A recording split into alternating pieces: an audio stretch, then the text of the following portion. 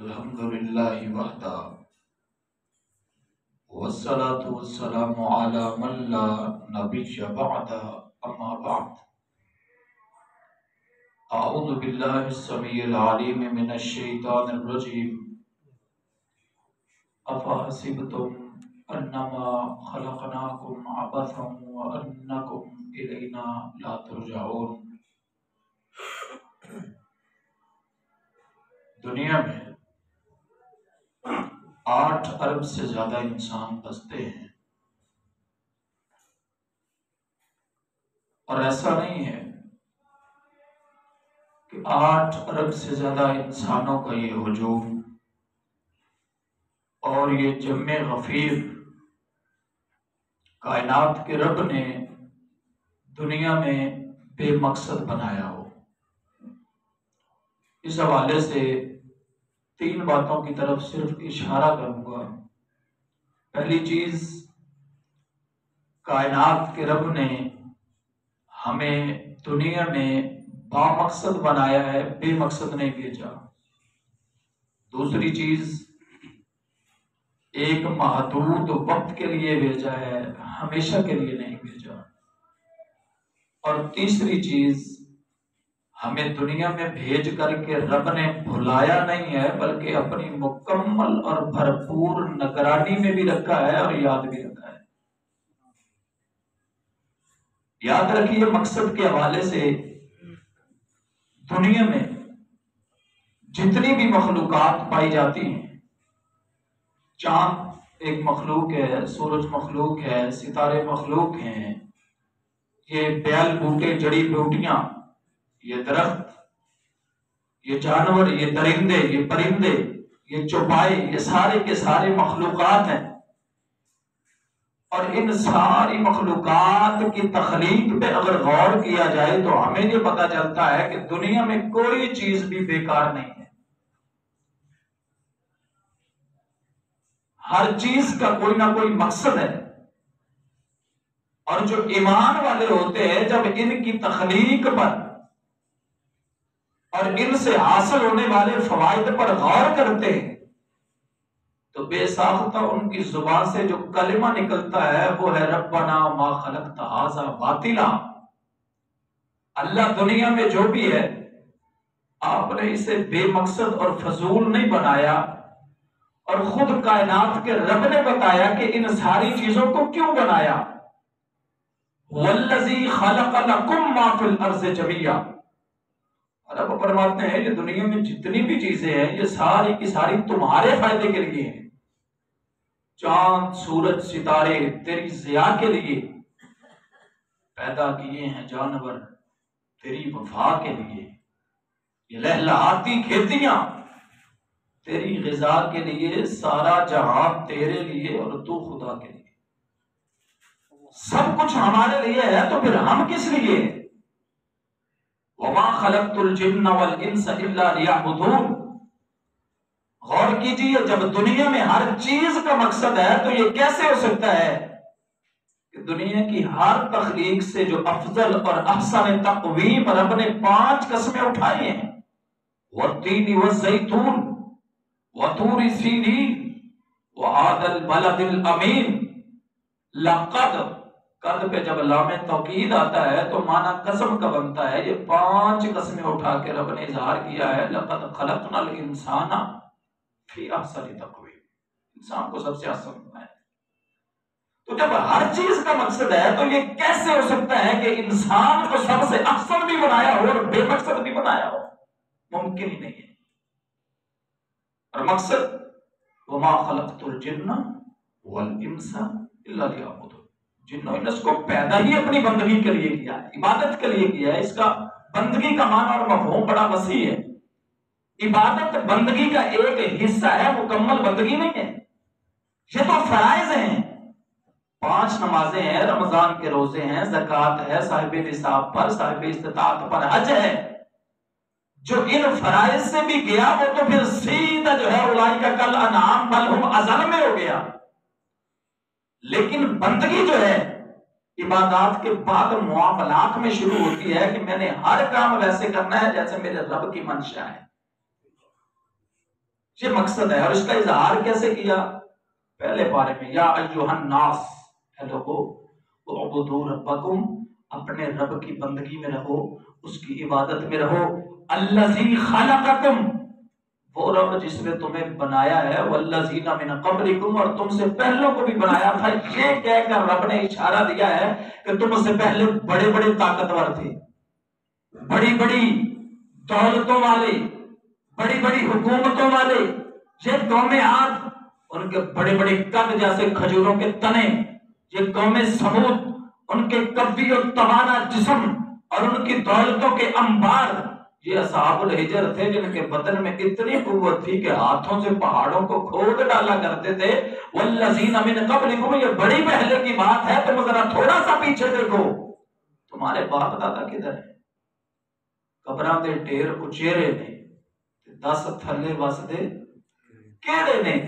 کئی تیرے تے کئی میرے نے، اجڑیاں دا ڈیرا ہے. میرے ویر مسافر سوچ ذرا اس جگ تے ایکو ہی پھیرا ہے. تمہیں بھیجا ہے تو ہمیشہ کے لیے نہیں. والذین من قبلکم، تمہیں بھی اسی نے بھیجا ہے جس نے تم سے پہلوں کو بھیجا تھا، اور تمہارا انجام بھی عنقریب وہی ہونے والا ہے جو تم سے پہلوں کا تھا. نہ دولت، نہ مال، نہ عہدہ، نہ حکومت، دنیا کی کوئی چیز تمہیں موت سے اور دنیا کی کوئی جائے پناہ نہیں ہے. اینما تکونوا یدرککم الموت، جہاں بھی جاؤ گے رب نے تمہیں جو ہے وہ اپنے پاس بلا ہی لینا ہے. اور تیسری چیز بھی یاد رکھنا، وہ اس نے مکمل نگرانی میں رکھا ہے، بھولا نہیں ہے. ما کان ربک نسیا. اور نگرانی بھی، یہ آخری جملے ہیں اور غور طلب ہیں، نگرانی بھی ایسی ویسی نہیں جیسے ہم اپنی خبریں رکھتے ہیں.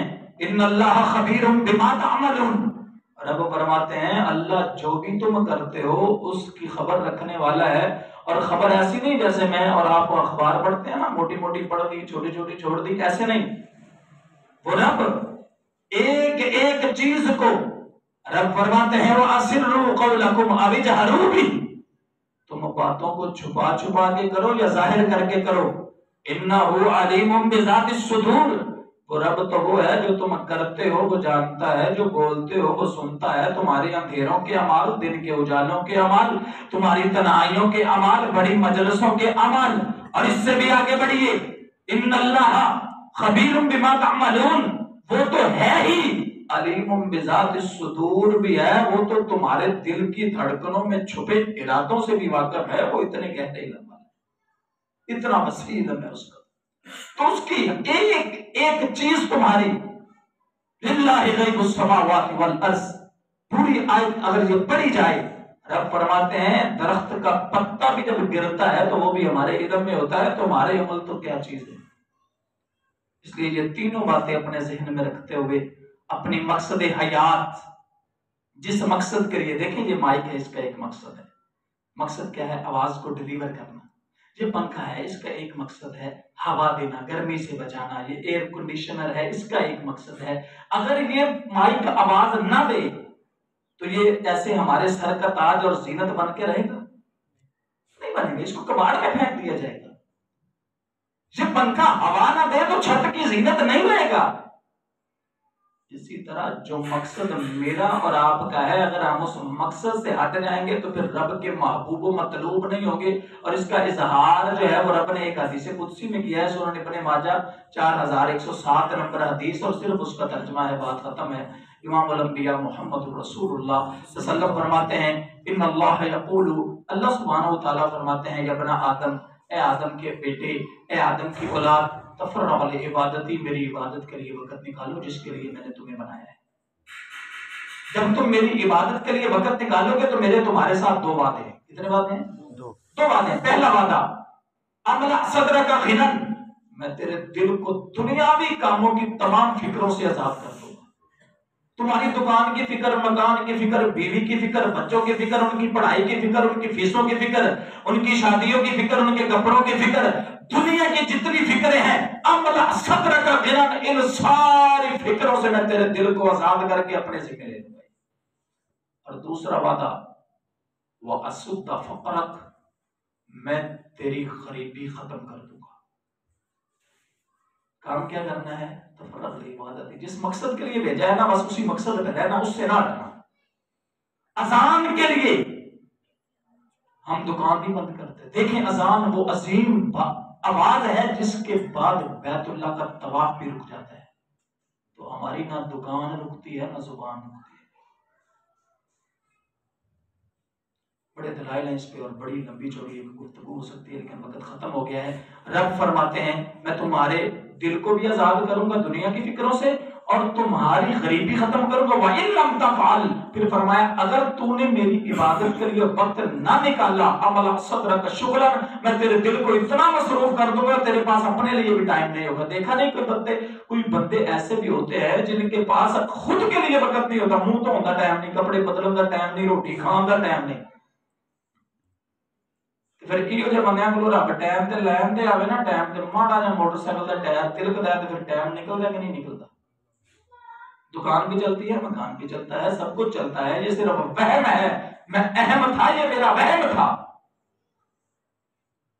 عملہ صدرہ کا شکر میں پہلی سزا یہ اتنا مصروف کر دوں گا تجھے لگے گا میرے پاس وقت ہی نہیں. اور دوسری سزا والا معصوم کا فکر کہ تو کمانے کی مشین تو بنے گا، تیری غربت، تیرے دل کی بھوک، تیرے دل کی ہرس اور لالچ کبھی ختم نہیں ہوگی. تو دل کا امیر نہیں ہو سکے گا دنیا کا جتنا مرضی ہو جائے. پھر تو کمائے گا، لوگ کھائیں گے، تجھے ڈاکٹر سادہ پانی اور سادہ خوراک کے علاوہ سب کچھ بند کر دیں. بات ختم ہے بھائیو. کوئی بن گیا رونق پکھیاں دی، کوئی چھوڑ کے شیش محل چلیا، کوئی پلیا ناس تے نخریاں وچ، کوئی ریت گرم تے تھل چلیا. تے ہر کوئی بھول گیا مقصد آنے دا تے کوئی کر کے مقصد حل چلیا. اتنے ہر کوئی یار مسافر ہے، کوئی آج چلیا کوئی کل چلیا. رہنا نہیں ہے یہاں پہ. اپنا مقصد حل کر کے جاؤ گے تو پھر یا ایتھا النفس المطمئنہ کی خوشخبریاں بھی ہیں. اگر نہیں کریں گے تو خذوہ فغلوہ کی بیڑیاں اور پھر ہتھ کڑیاں اور پھر جہنم کا ایندھن بنا دیے جائیں گے. اللہ ہمیں اپنے مقصد پہ رہنے کی، اسے سمجھنے کی توفیق عطا فرمائے. ھذا ما کان عندی واللہ اعلم بالصواب. اقول قولی ھذا استغفر اللہ.